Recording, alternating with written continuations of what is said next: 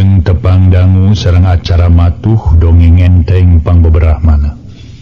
Mang Jaya sapara kanca bade neraskeun hanca dongeng nu katunda. Ieu dongeng para mitra karangan Koswara.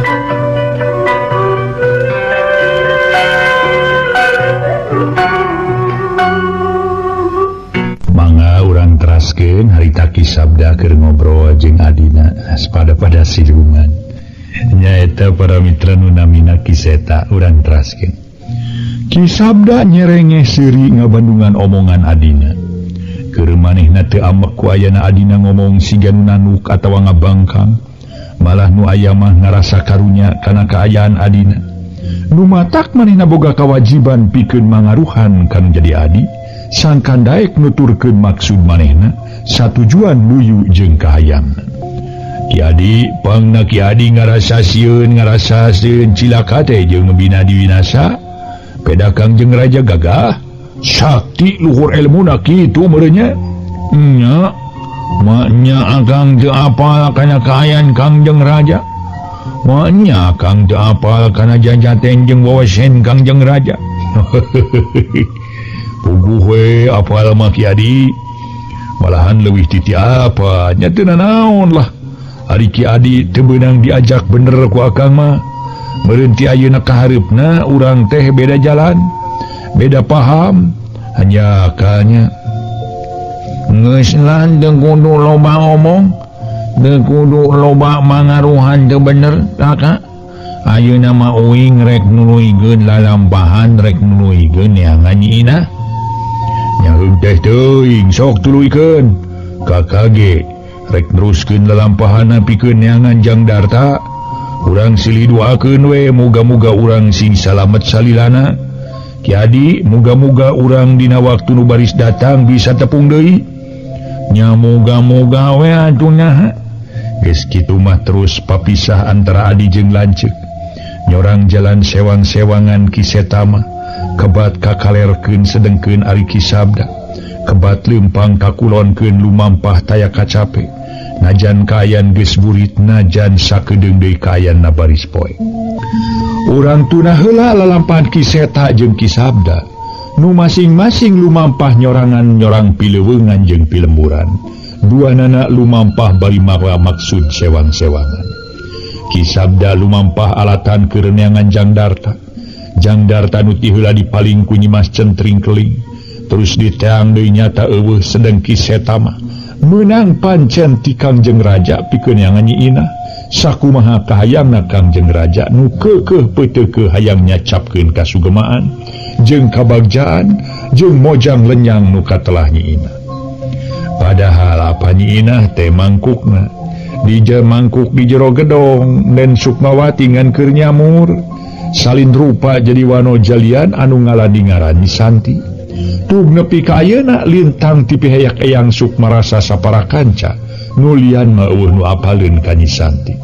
Eueuh nu nyangka eta teh nyiina kasub Kangjeng Raja Prabu Cakrasena teu apaleun ka Nyi Santi. Atuh Kisabda ge tug nepi ka ayeuna ninggalkeun Pasir Samoja tetep can nyahoeun kana kaayaan Nyi Santi anu sabenerna. Kacaturkeun kaayaan Kangjeng Raja Prabu Cakrasena pohara ngarasa keseleunana. Mangsa ayeuna teh ku ayana harita teh Kiseta nu dititah ku manehna pikeun neangan nyiinah tacan keneh mulang-mulang, tacan keneh aya datang. Padahal lumampah Kisabda Seta ninggalkeun alam siluman nagri Buana Lila apana geus meakeun waktu 8 poe. Najan kumaha keur Kangjeng Raja tetep ngarasa panasaran hayang bisa nyacapkeun kasono jeung kasugemaan ka pihak nyiina. Najan geus loba seba atawa tumbal nu katarima aneh pihak Kangjeng Raja tetep ngemu ka panasaran, ngemu kahayang nu tetep pageuh manteng ka dirina nyiina. Keur jongjon ngahuleng miraga meneng bari diuk ngabaheuhai di jero karaton sorangan eueuh nu maturan. Torojol aya nu datang tetela Nyimas Centring Keling harita datang kahareupeun Kangjeng Raja. Gancangna bae dibagiakeun ku Kangjeng Raja diajak diuk ngareneng. Sanggeus rada lila ngareureuhkeun kacape. Pok tumanya ka diri Nyimas Centring Keling. Heubeul maneh eueuh balik-balik Centring. Kumaha ka mana wae lumampah teh ha? Ih, tas udar inder Kakang. Malah mah lila kuring kukur lilingan yang nyiina. Aduh, meni capek puguh ge. Tema Nyimas Centring Keling bari nyusutan kesang anu masihan beungeutna. Baruk das kukur lilingan yang nyiina. Bener. Ngan teu kapanggih duka di mana nyumputna ta. Si mangklukna teh bet teu kapanggih keneh si kasabelan teh. Kutancan kapanggih? Bener. Ari jeung si Seta kungsi panggih atawa henteu Centring? Teu kungsi panggih ari kitu manehna tacan aya mulang ka dieu Kakang. Nu matak nanyakeun ge puguh. Tacan aya keneh datang-datang teuing tuluy ka mana teuing kumaha pagaweana tah mangkeluk teh. Aduh. Tapi susuganan bisa kapanggih ngan eta we Jang Darta. Na geus bisa dibawa atawa acan? Ayeuna mah Kangjeng Raja nanyakeun Jang Darta. Ari ti payun mah parantos kenging dibawa ka pamatuhan kuring di Guha Warudoyong Pasir Caringin. Ngan ayeuna eueuh deui leungit, aduh curiga mah aya. Nyatana mah ka pihak si Sabda jeung Nyimas Pajarwati. Ngan maranehanana teu ngaku. Nya moal ngaku ai teu rumasaeun mah atuh. Leheung ku teu ngakuna kuring teu nanaon. Ngana tapi kasabeleun teh make jeung ngajak tarung, ngajak ngadu ilmu, ngadak ngadu jajaten segala si kasabalan teh. Aduh. Saha nu ngajak tarung, ngajak ngadu ilmu, ngajak ngadu jajaten teh Centring? Nya saha deui atuh lamun lainnya Nyimas Pajarwati alias si Euis. Kalayan dibantu ku si Sabda. Teu sangka geuning marehna teh ngalawan ngamusuh. Aya paribasa geuninganan heueuh. Nyijing sila bengkok semah. Nyimas Centring Keling harita teh mimiti mangaruhan teu bener ka Kangjeng Raja nu dipalar supaya Kangjeng Raja mere hukuman ka Nyi Euis alias Nyimas Pajarwati jeung Kaki Sabda. Tapi Kangjeng Raja sakali ieu mah teu kapangaruhan kitu bae ku omongan Nyimas Centring Keling. Najannya Nyimas Centring Keling adina nu matak, rengse Nyimas Centring Keling ngomong, Kangjeng Raja anggur seurinya kakak bangun anu nima teu naker. Najan kumaha kula mah teu percaya. Kula teu percaya kana omongan anjeun Nyimas teu, kula mah teu percaya. Kakang teu percaya? Mending ngajenghok Nyimas Centring Keling. Panon seukeut mencerong ka Kangjeng Raja bangun nganana. Memang teu percaya. Lantaran Kakang apal kana kaayaan Ki Sabda, manehna geus heubeul apan kumawula ka diri Kakang. Zaman manehna budak keneh, bolon keneh, manehna geus kumawula tug ayeuna kaayaan geus kolot. Nya kidu deui ka Nyimas Pajarwati anu ngaran asli namah Nyi Euis. Akang teu percaya. Pangna Akang teu percaya lamun Nyi Euis alias Nyimas Pajarwati ngalawan atau ngamusuh ka kuring? Cing naon sabab-sababna alasanana Kakang? Wah, dengekeun ku anjeun Centring sia. Ku kuring bakal diregepkeun Kakang. Nyi Euis alias Nyimas Pajarwati manehna teh geus disalametkeun ku Kakak. Mun manehna teu diturungan ku Kakak, kana tangtu manehna geus paeh alias modar. Nu engkena bakal jadi pangeussi alam siluman. Tah ku ayeuna kitu moalnya manehna bet poho kana kahadean, kana jasa jeung kana kabelaan Kakak ka manehna. Moalnya manehna teu ngabogaan rasa rumasa onaman. Ku kituna muga rai ulah ka mana bae nya ngomong.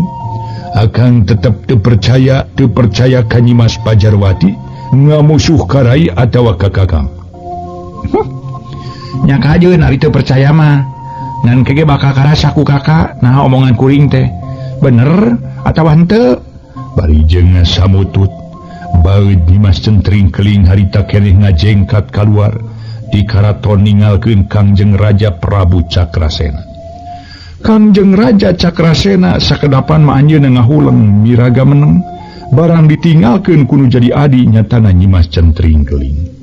Sakur omongan jeung kekecapan nu jadi adi nabi bat masih keneh pating jelengeng kadenge ku ceulina anu antukna dina hatena Kangjeng Raja Prabu Cakrasena nyarita kieu. Nah bener gitu omongan si Centring teh. Yen Nyimas Pajarwati jeung si Sabda ngamusuh ka manehna, ngalawan ka manehna bari ngamusuh jeung ngalawan ka aing. Moalnya deui teu percaya nu sakitu dipikanya ahna ku aing, make jeung ngamusuh ka aing sagala. Bet asa pamohalan ieu mah. Tapi moalnya deui Centring keuli ngabohong ka diri aing. Moalnya manehna ukur ngarang carita wungkul, malar dipercaya ku aing. Aduh, nah mana nu bener cenah ieu.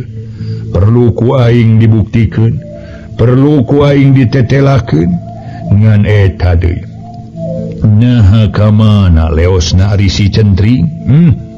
Mun aya keneh mah ayeuna ku aing baris dibawa ka imah Den Sukmawati, baris dibawa ka Nyimas Pajarwati. Hambikeun netelakeun mana nu bener jeung mana nu salah, mana nu jujur jeung mana nu ngabohong.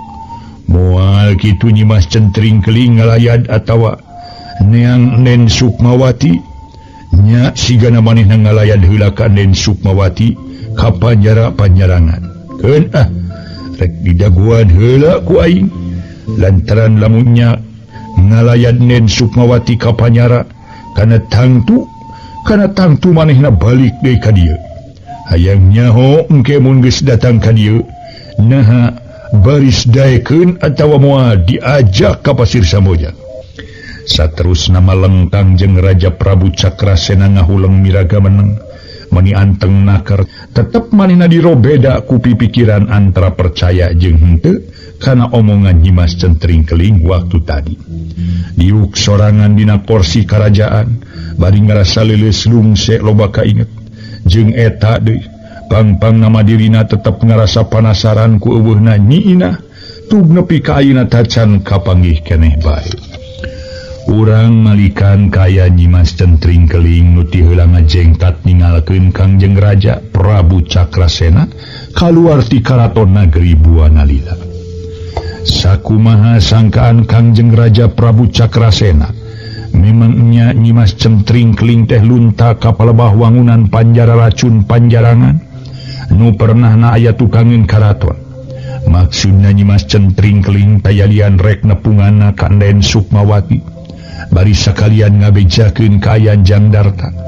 Jabati eta manehna ngabogaan permaksudan mandiri, tayalian hayang ngaleupaskeun Den Sukmawati sina kaluar ti jero Panjara Racun.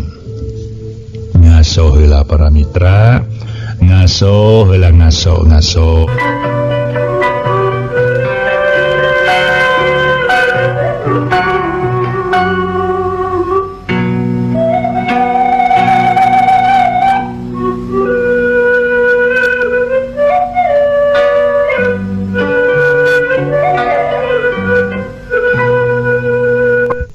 Mitra kaum dangu ngan barang datang ke Panjara Racun tempat dihukumna atawa di panjaranan Den Sukmawati, lain deui ngakebeg jeung ngarasa ruwaseunana keur Nyimas Centring keling, rek teu reuwas kumaha, rek teu ngakebeg kumaha lantaran panjara teh geus kosong. Nya kitu deui nu ngajagana tetela geus perlaya ngemasipati geus eueuh nyawaan.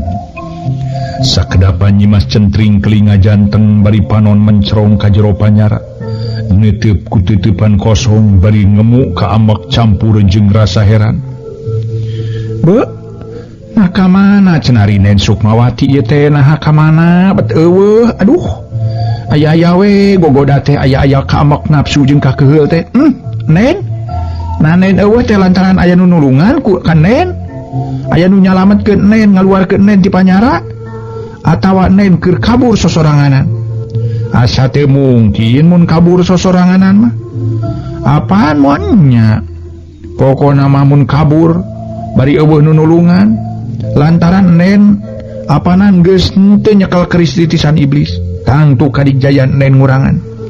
Tapi mun aya anu nulungan, be naha saha mangkelukna geus nulungan ka salira Nen teh. Salila-lila Nyimas Centring keling ngahuleng miraga meneng, pikiran ngareka-reka ku panyangka hayang boga cekelan ngeunaan saha-sahana kira-kira nuges ngaluarkeun Den Sukmawati ti guha panjara-panjarangan. Nganyak itu tetapi pikiran Nyimas Centring Keling ngerasa poekeun tetep manehna tacan bisa neguh ngeunaan saha-sahana. Aduh, kurang ajar sia. Nyimas Centring Keling teteh nyerag bakat tingku ngerasa keheul, bakat tingku ngerasa ambek. Kasabelan pikiran aing poekeun, pikiran aing butak. Aing teu bisa meleng kana kaayaan Den Sukmawati anu sanyatana.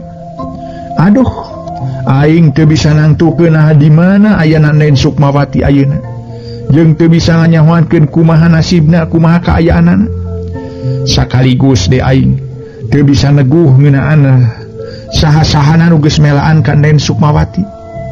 Leuheung mun nulunganna teh bener-bener luhur elmuna. Bari ngabogaan itikad hate kumaha mun nulunganna teh niat binasa hayang nyilakakeun Den Sukmawati. Lamun kitu teh cilaka, mun kitu teh bahaya. Aduh, aya-aya wae ieu mah nya. Jadi pikiraneun teh aing mah ceuk Nyimas Centring Keling garo-garo teu ateu. Ras mikiran kaayaan Den Sukmawati nu geus kaluar atawa geus eueuh ti jero panjara racun nu katelah panjara-panjarangan. Wah, moal aya tungtung na aing ngajedog we di dieu barina oge ayeuna mah mending aing bali ka karaton. Najan kumaha najan tadina aing rek ngaluarkeun Den Sukmawati bali moal bebeja ka Kangjeng Raja. Tapi lain deui pasualan ari kanyataanna saperti ayeuna. Aing ayeuna keneh perlu ngalaporkeun ieu kaayaan ka Kangjeng Raja hayang nyaho kumaha ketakna jeung lampahna lanceuk aing. Nah bakal dicicingan, nah rek aya jojahna, nah rek percaya atawa moal kana omongan aing. Bener ayeuna aing rek ka karaton. Leos Nyimas Centring Keling ngaleos. Harita teh tidinya ninggalkeun panjara mulang ka karaton negeri Buanalila. Sadatang-datang ka karaton kabeneran Kangjeng Raja Prabu Cakrasena masih keneh aya di dinya. Masih keneh diuk dina kursi Gading Gilang kancana bangun ukur lungse, bangun ukur nahnai taya tangan pangawasa taya tanaga. Tapi barang Nyimas Centring Keling asup mah kadinya Kangjeng Raja Buringas gancang nangtung baripokna. Nyimas syukur Nyai datang ka dieu. Bieu tas di mana? Nah atas neangan Den Sukmawati ka jero panjara atawa tas di mana? Laras Kakang ari rai tetos di panjara. Maksad ngalongokan Den Sukmawati tadina karunya we manehna teh. Geus saminggu langkung aya di dinya. Bari eueuh nu ngalayat nya ku jisim abdi na dilongok di teang Kakang. Tema Nyimas Centring Keling bari katara siga nu ngamuka sedih. Kumaha kaayaanan ayeuna? Aduh, cilaka Kakang, cilaka. Cilaka kumaha Nyimas? Cilaka kumaha pok ngomong sing bener. Sing tetela cilaka teh cilaka kumaha? Kangjeng Raja bangun anu panasaran bener-bener nangtung nagi ngadudeuketan ka Nyimas Centring Keling kawas anu hayang tetela pisan. Para wargi sadaya, harita Nyimas Centring Keling nyarita Den Sukmawati teh geus teu aya. Eueuh, bener moanya pohara ngajenghokna Kangjeng Raja. Barang menang beja ti Nyimas Centring Keling yen Den Sukmawati geus eueuh. Wah, bener geus eueuh. Laras Kakak, moanya abdi ngabohong ka Kakak. Daek medu ye. Eueuh ye. Pokona mah geus leungit, malah penjaga panjara lagi geus perlaya. Nyimas Centring Keling ngayakinkeun kan nu cangcaya tapi tetep maranehna terus ngomong ngahaja leuwih dijendrekeun. Cing, ayeuna urang teang jeung kula. Mangga Kakak. Ngaso heula para wargi, ngaso heula ngaso.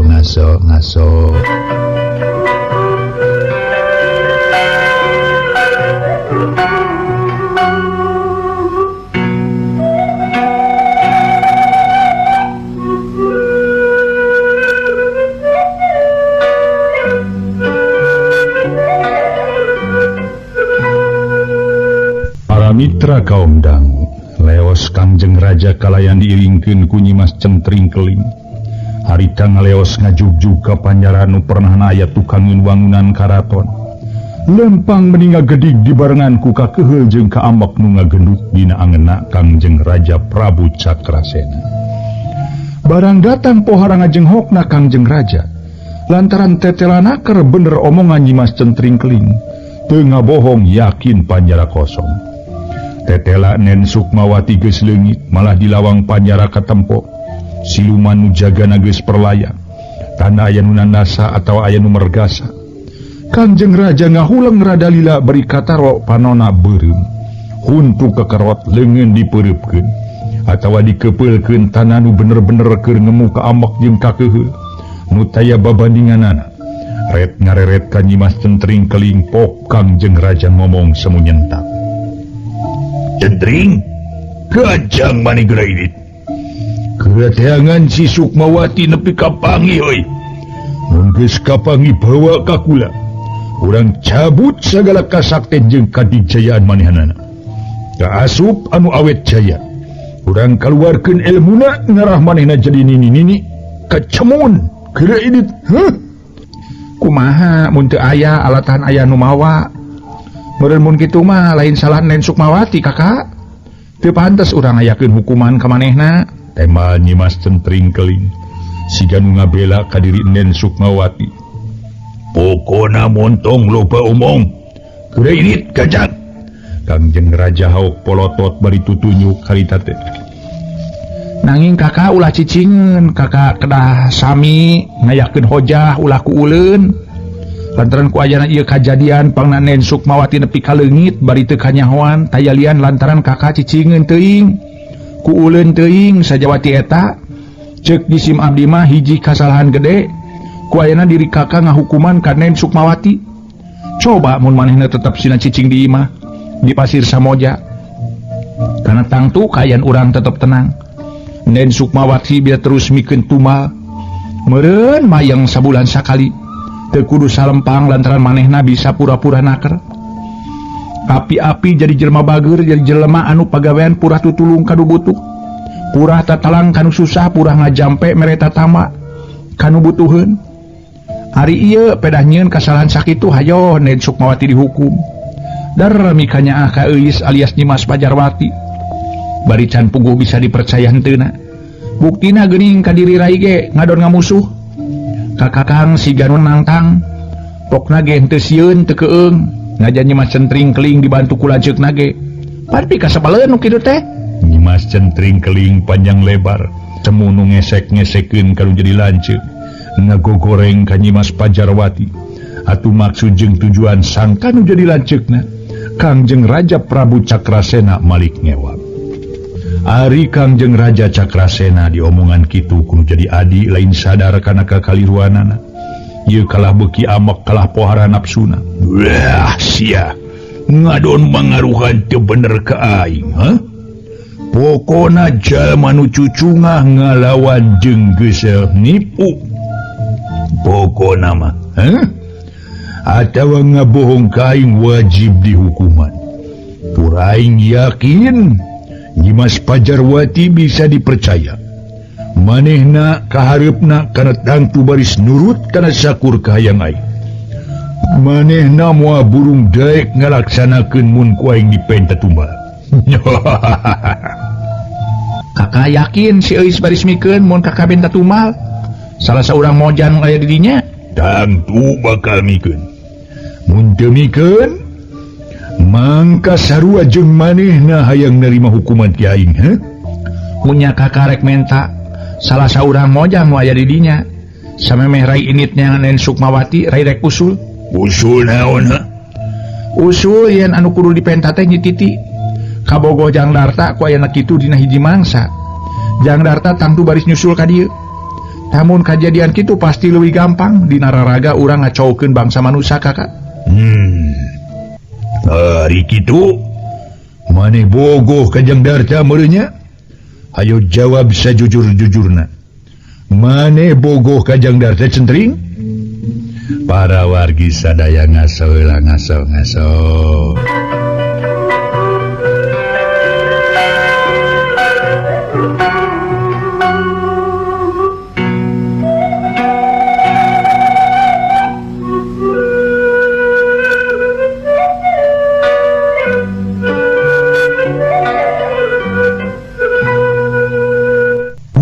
centring keling ditanya kulancek na kitu tuluy ngajawab. Puguh mah tak teu lah dipaling ti gedongna Nen Sukmawati ge. Hanya kalahnya dipaling ku si Euis jeung dibantuan ku si Sabda. Engke urang buktikeun. Naha bohong omongan maneh nyang ka si Euis alias Nyimas Pajarwati Malingjang Darta ti padumukan maneh. Ayeuna meungeus ulah loba omong naon-naon perak geura laksanakeun pancen ti kula. Tugas ti kula geura teang Nen Sukmawati jung geura ini. Kakangan sakali deui omat. Kakang ulah rek ngogo teuing ulah rek nikahnya teuing ka si Euis. Bising kena kaduhung di akhir Kakang. Eta mah urusan aing nyam geura ini. Nyuk sumanga pelesat Nyimas centring keling harita ninggalkeun Kangjeng Raja. Kaluar ti alam siluman nagri Buana Lila lumampah rek neangan Nen Sukmawati nu teu aya di panjara. Para wargi umum nama kanggo basa Sunda nam geura ini teh para wargi sedem bareng initna. Jadi kedah nama sanes nam jung geura init kitu nya. Sanes nam geura init punten para mitra. Upami nama kedah sasarengan. Yo, nam urang init sareng teh para mitra angkatna teh. Adalah menjung geura init teh sorangan anu nitanawan teh init. Kitu para wargi mangga. Ai basa Sunda aduh cenanya. Ini hararese ahese henteu para wargi da kitu tos kitu. Mangsa pabeberang di bangunan gedong nu aya di puncak Pasir Samoja harita. Euis alias Nyimas Pajarwati keur jongjon diuk tumaninah nakar dina teras gedong. Diuk sorangan bangun anu keur niiskeun pikir. Keur jongjon tumaninah diuk itu torojol anu datang. Tetela dua urang lalaki bari umurna ngarora keneh. Nyimas Pajarwati ngerasa heran ngarumasakeun manehna teu wawuh ka eta dua jajakan nu anyar datang. Najan kitu manehna teu ngaremongkeun sikap nu ngamusuh, teu nemongkeun sikap anu curiga, tapi ieu masih ganu bager jeung somea. Malah dina umakuna estuning daredeh naker, gancang di sina diuk. Geus kitu gancang ku dirina Nyi Euis ditanya. Bagea Mamang, syukur Mamang doan keur sarurumpaheun ka dieu. Ngan kuring ngerasa heran, ngerasa penasaran, ngingetkeun tacan kenal ka Mamang duaan. Kukituna mugi Mamang kersa ngawaler, kersa masihan baleran. Mamang teh saha, sareng nu ti mana, saha nami di mana lemur matuh Banjarkarang pamidangan. Sareng bade naon aya maksad. Sajeroning tumanya panoni Euis, bari jengrut tre antara kajajakan nu hiji jeung kanu hiji deui. Rada lila saurang-saurang kumanehna ditetep seukeut naker. Waktos nasib